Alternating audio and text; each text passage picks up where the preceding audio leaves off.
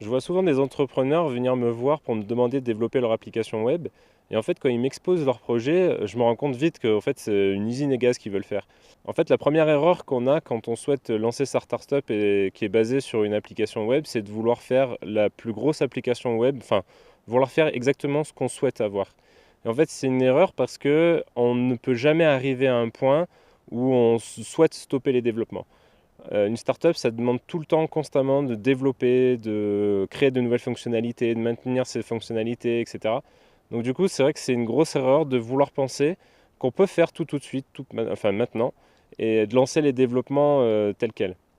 Surtout quand on n'a pas un développeur qui est avec vous, donc qui sera à vos côtés pour développer votre application et vous allez devoir faire appel à une agence ou un freelance. C'est vraiment une très mauvaise option de faire en sorte de tout développer maintenant. Je vais vous parler d'MVP aujourd'hui. Donc le MVP, c'est le Minimum Viable Product.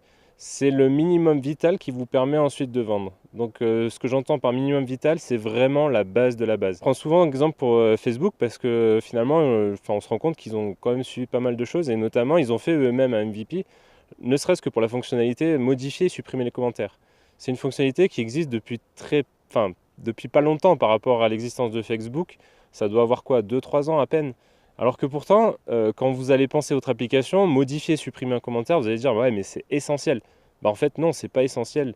Ce qui était essentiel, c'est de pouvoir commenter la photo et c'était pas forcément de la modifier, de la supprimer. Et vous avez très bien vu que ça n'a pas empêché les gens d'utiliser Facebook depuis tant d'années sans avoir la possibilité de supprimer et modifier les commentaires. Donc c'est ça en fait le MVP, c'est de savoir faire la part des choses entre ce qui est important et ce qui ne l'est pas. Alors je vous l'accorde tout à fait, c'est très compliqué, mais moi en tant que développeur, c'est très compliqué de me dire ah ouais mais non mais ça c'est essentiel. Mais en fait quand on réfléchit bien, bah, il y a plein de choses qu'on peut éliminer dès le départ. Alors ça ne veut pas dire qu'il faut l'oublier. Ce qu'il faut faire c'est ce qu'on appelle un backlog, où en fait l'idéal c'est de lister toutes les fonctionnalités que vous souhaitez avoir sur votre application. Donc tout ce que vous souhaitez arriver à terme, enfin à faire, et puis de sélectionner ce qui est le plus important pour que vous puissiez vendre votre produit et que vous puissiez tout simplement avoir une première version qui fonctionne et que vous allez avoir des utilisateurs qui vont pouvoir utiliser votre application. En fait, c'est vraiment jamais terminé une application. Il ne faut pas croire que les développements, c'est 3 mois et puis après, basta. Non, non, ça va bien plus loin que ça. C'est sur des années, en fait. Vous êtes parti pour faire des années. Donc voilà, c'est la première chose à faire, c'est d'avoir un espèce de backlog sur laquelle vous allez lister toutes les grosses fonctionnalités que vous souhaitez in fine dans votre application. Et ensuite de sélectionner les plus importantes qui vous permettent, vous, de pouvoir vendre. C'est ça qu'il faut présenter lorsque vous allez voir un freelance ou une agence. Bah, c'est cette liste de fonctionnalités que vous devez présenter, donc cette liste réduite de fonctionnalités que vous devez présenter. Et limite, vous ne présentez pas le reste, en fait, on s'en fout. Alors, on entend souvent dire oui, mais bon, si on ne prévoit pas tout de suite, il va falloir tout refaire, tout casser, etc. Alors, ça dépend en fait. Ça dépend parce que effectivement, sur le fondement même de l'application, s'il y a des choses qui doivent changer, c'est vraiment vital par rapport à votre application, effectivement, il va falloir refaire.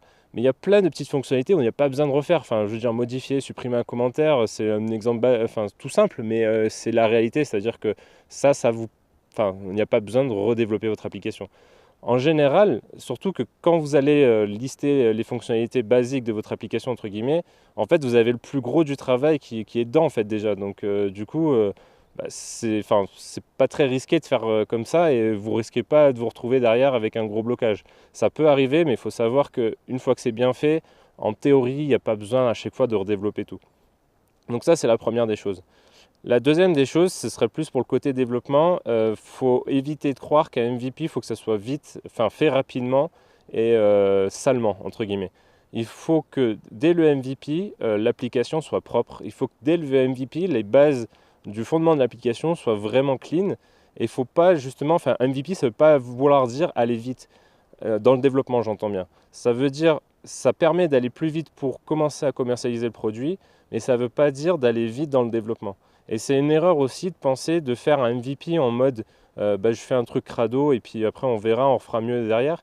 Parce qu'en fait, l'idée c'est que quand vous faites vos MVP, au fur et à mesure du temps, l'application va grossir en termes de fonctionnalité, va grossir en termes de bugs qui va être résolus, etc. Et tout ce travail-là, il ne faut pas que vous le perdiez. Et pour ne pas le perdre, il faut que votre application soit bien développée dès le départ. Si votre application est bien développée dès le départ, avec la moindre des fonctionnalités, avec le minimum nécessaire pour que vous puissiez vendre, en fait, vous avez tout gagné parce que du coup, au fur et à mesure du temps, votre application va augmenter en termes de fonctionnalités. Elle va être de moins en moins, enfin de plus en plus stable plutôt. Donc il va y avoir de moins en moins de bugs. Et puis en fait, vous ne serez jamais freiné par développer autre chose parce que du coup, si c'est bien fait dès le départ, c'est top. Donc ça, c'est vraiment des choses importantes. Donc MVP, pour résumer, c'est réaliser le minimum vital pour que vous puissiez commencer à vendre. Mais vraiment, le minimum vital, il faut vraiment élaguer toutes les petites... Parce que des fois, on se dit, oui, mais bon, c'est pas très long à faire, etc. Si, chaque fonctionnalité, chaque truc, c'est long à faire. Donc, il faut avoir conscience de ça et vraiment faire la part des choses. Et vraiment se dire, bon, ça, c'est bon, c'est peut-être pas grand-chose à faire, mais je le mets pour plus tard. Je le mettrai après, une fois que j'aurai ma première version. Donc, la première des choses à faire pour faire MVP, c'est élaguer tous ces charges, enfin, ce cahier des charges fonctionnelles, mettre le minimum vital et surtout bien prendre le temps de poser les choses. Et des fois, même si mettre en place les choses, ça veut dire passer 2 semaines pour mettre en place l'application, 2 semaines pour mettre les bases, les fondements, parce que votre développeur il vous dit il faut le faire. Prenez ce temps-là parce que c'est très important, parce que sinon vous allez payer après. Et même si ce n'est pas fait au départ, ça sera fait un jour ou l'autre. Donc autant le faire dès le départ. Comme ça, c'est bien propre, comme ça, toute la base est saine. Et comme ça, au moins, votre application sera vraiment bien développée et facilement évolutive, etc., etc. Donc voilà, c'est tout ce que je voulais vous dire aujourd'hui sur le MVP. N'hésitez pas à vous abonner sur cette chaîne ou commenter pour me poser des questions, par exemple. Je mettrai des vidéos bientôt. Allez, à bientôt tout le monde!